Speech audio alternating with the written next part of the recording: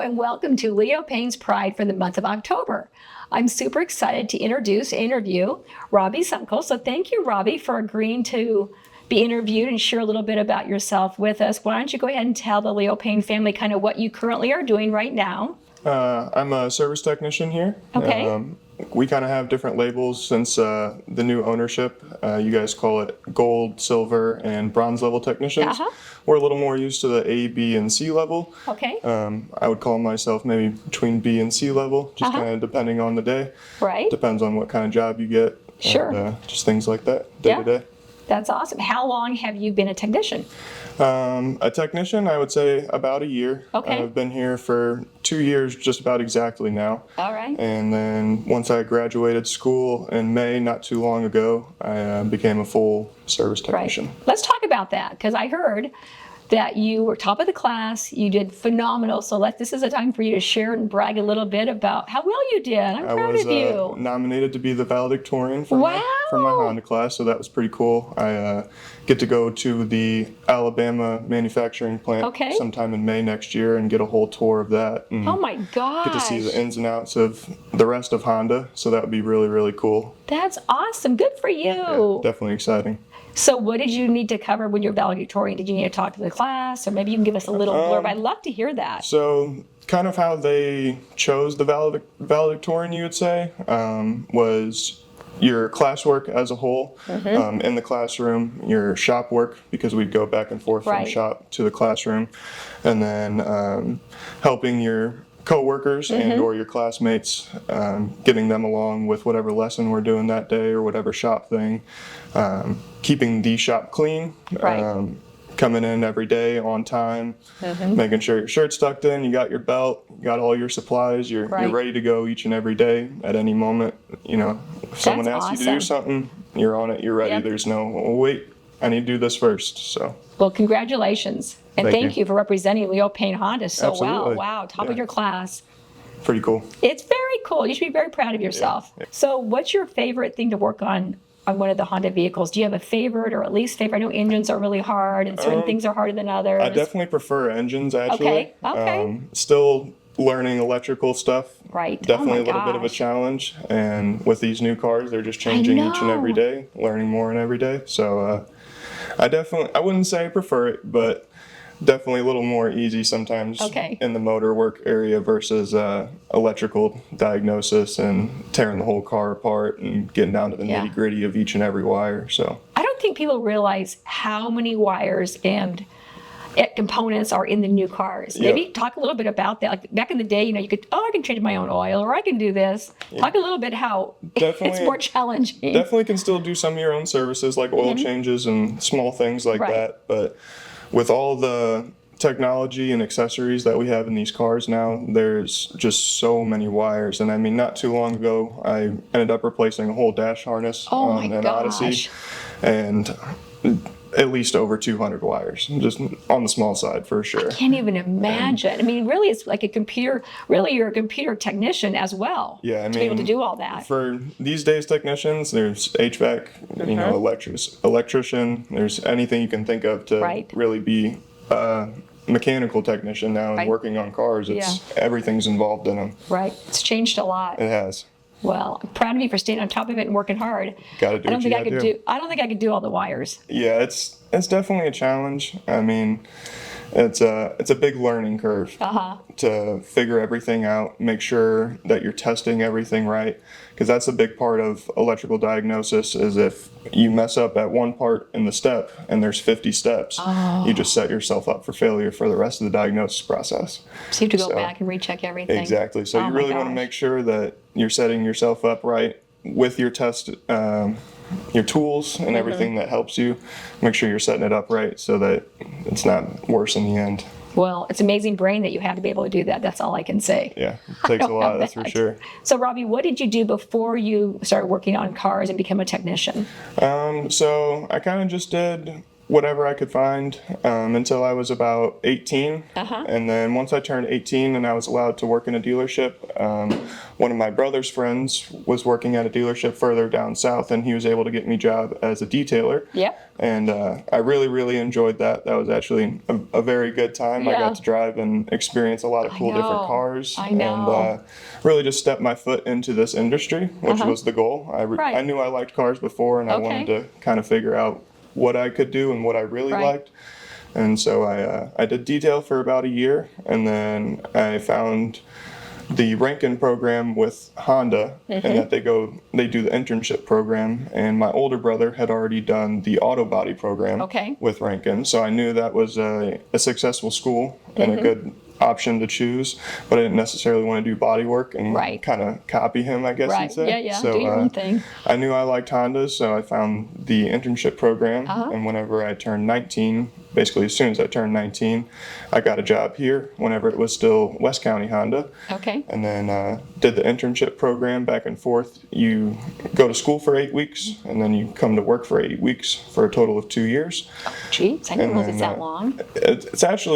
It's actually pretty short whenever you think about it because of the back and forth. It's Okay. actually about a year of schooling. All right. So I like that. I wasn't a big fan of school too Yeah. much. So knowing that it was only 2 years and then really thinking about it, it's only 1 year. Right. That sounded Right. awesome to me. I Yeah. was like, that's great. And then more shop time versus classroom time. So yeah, I went to Rankin and started that and started working here and just been at it ever since. That's great. Well, a lot of our detailers will go into that. It's a great career path. For sure. And then you're in the environment, and you can, whenever you're slow, you can hang out with some of the techs or whoever that you might be interested in getting into their field and what they do in the dealership. And that's exactly what I did. The way our shop was set up at our detail shop, it was half express or Right. quick lane service. Right. And so every day I would just see them doing what they're doing, and I thought I might have an interest in that. Yeah. And so I started up here and just been getting better and better and working my way up. Yeah. Well, that's great advice for any of our detailers to say that's a great career path. So on your off hours, hang out, exactly what you're talking about. For sure.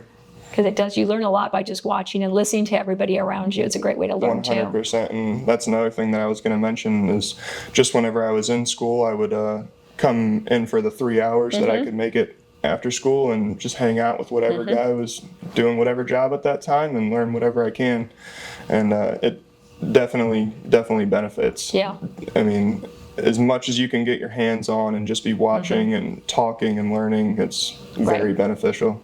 Well, that speaks volumes of who you are as a person too, to be like on your off hours or whenever, come in and learn. And that's what makes you the top of your class. So good job. Appreciate it. Now, Robbie, I know you put in a lot of hours here. What do you do on your off hours? What do you do for hobbies or fun? Is there anything you want to share with us that you like to do? I got my dog and my girlfriend. My girlfriend, Georgie, and then my dog, Lottie. Okay. We just like to find different parks and kind of go around, Yeah. get out of the house. What kind we of don't dog like is being Lottie? stuck around. She's a pit bull mix. Okay. She's pretty cute. And her name's Lottie. Yep. How Yep. old is she? She's about 3 years old. Okay. We rescued her from the Brentwood Adoption Center. Okay. Me and my girlfriend have had dogs all our lives. Right. And then we were in our own apartment and kind of sitting there and we're like, we want a dog. You want a dog, I know. So we went out to a couple of different adoption centers, and whenever we went to the Brentwood one and they brought Lottie to us, we You just of knew. course fell in love with her. Oh, how old was she? She was still 3. So she's fairly yeah, we've new. had her about 6 months now, I'd say. Okay. And but yeah, she was an absolute sweetheart just the moment they brought her to us. And I called out of school actually the next day and was like, hey, I'm going to go pick up this dog. Look at my dog. Thankfully, my instructor was I love it. pretty okay with that Yeah. because I was ahead of all my stuff. But Right. yeah, I went and picked her up and we've had her ever since. And she's a good girl. We like her a lot. How did you name her Lottie, or was she already named? So she was named Latte at the Latte. shelter. Okay. And we thought Lottie was pretty close cute, to Lottie yeah. Latte. So is Latte, is she that color, or I wonder how they... kinda. She's a gray, but in certain lights she's got brown kind of Yeah, throughout yeah. her coat that shimmers. So I can Aw. kind of see where they got it. Right. But We like Lottie. Lottie That's fits her. cute. Does she have any tricks that she can do?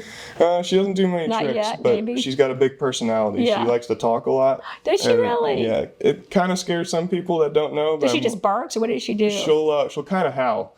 Oh, she howls. Yeah, but it's Really? real low and it's not aggressive whatsoever. She'll be wagging her tail while she's doing it, and she's just a very talkative dog. Yeah. Like if she's hungry, she'll let you know. Really? Or if she has to go outside, she's telling you. She's telling you. She's not shy. What a good girl, though. Yeah, for that sure. makes it so much easier when they're already potty trained and ready to go. 100%. Yeah. Yeah, well, if you grow up with dogs, it's hard not to have one. Yeah, it's definitely quiet. Yeah, It's real quiet whenever you get home, and I know. you kind of feel like you're missing something. it's so true. So are there some great dog parks around here? I don't know around here too much. I live in the South County area. Okay. And I know we take her to some good ones around there, and Arnold area has some good parks as well. Nice. So Oh, that's fun. And how long have you been dating your girlfriend? since high school now. Oh, for a long time. About 5-6 years. Okay. So, All right. yeah, That's long awesome. time. Well, I look forward to meeting her maybe at our Christmas party or whenever we have a gathering together. Definitely. So I think as a consumer, sometimes it's really hard. You hear a sound in your car and it doesn't make it again. Do you have people that come to you and say, like, I hear this, and then you get in and you drive it and you can't find it? We get that. How do you handle all that? the I know. time. How can we address that with our customers? It's definitely one of the harder things to address. I personally feel bad whenever Yeah. we do have to address those things. And most of the time, the best way to go about it is to let the customer continue driving their car. Okay. And if they have the free time and, they're driving along the road and they hear it, immediately come into Pull the in. dealership Okay. and try and grab one of the technicians so Okay. that we can hear the concern that great they're advice. talking about. That's Because great advice. otherwise it really is just a big rabbit hole, and I know. otherwise, or the car's sitting at the dealership for weeks on end, and I the know. customer's without their car. I know. And it's just bad news for both ends. It So really usually is. the best way to go about it, especially if the vehicle's safe and everything's Yes. okay with it, Yes. it's just kind of a noise that the customer doesn't like. Usually have them drive it until we can get them to duplicate it, and bring it right in immediately, and then That's great try and advice. get it addressed. Yeah, to come in right away and say, okay, listen, can you hear it? Right. Because I know that is a big thing. It's a big thing for me. It's a big thing for you. Yep. And, And it's definitely hard. It is hard Yeah. to not duplicate. Sometimes you can't duplicate it for a while. Yeah, and it sucks. And like I said, I do feel bad, but sometimes it's just the luck of the draw. And I know. It's a perfect car whenever we're driving. I it. know, it's so frustrating. It is. But that's good advice. Just swing by the dealership, grab somebody and say, just give me 5 minutes to listen to the car. Right. That's great advice. So Yep. thank you for that. Absolutely. So, Robbie, if somebody says, I really want to, you meet somebody at a restaurant or something or a game and they say, hey, I'm thinking about becoming a technician. What advice would you give them, or what skills do you think they need to have if somebody would like to become a technician? I would definitely say start small. Okay. That's one of the bigger reasons I chose Honda as well. They have a smaller select group of things to work on. Okay. It's not so much big trucks and Right. different types of makes and models. They have a couple motors and a Okay. couple different body styles. So I'd recommend either getting into a detail position like I did and Right. kind of just hanging out and learning what you can, seeing what you do like. You might not like being in service at all, and you might Yeah. want to deal with more of the customer side of service, or into the express position and just start changing oil, doing the small stuff on Right. cars and learning everything you can, hanging out with some of the more main shop guys in your free time and Right. seeing what they're doing and what they're working on, and think, would I like to do this, or Right. would I not like to do this? Right. So, That's great advice. That's great advice. Robbie, thank you so much for agreeing to share your life with us and the Absolutely. Leo Payne Honda team. It's always fun to get to know each other a little bit better. And we appreciate you yeah, absolutely. and all your hard work, and I'm very proud of you. Thank you. I do my best. Thank you.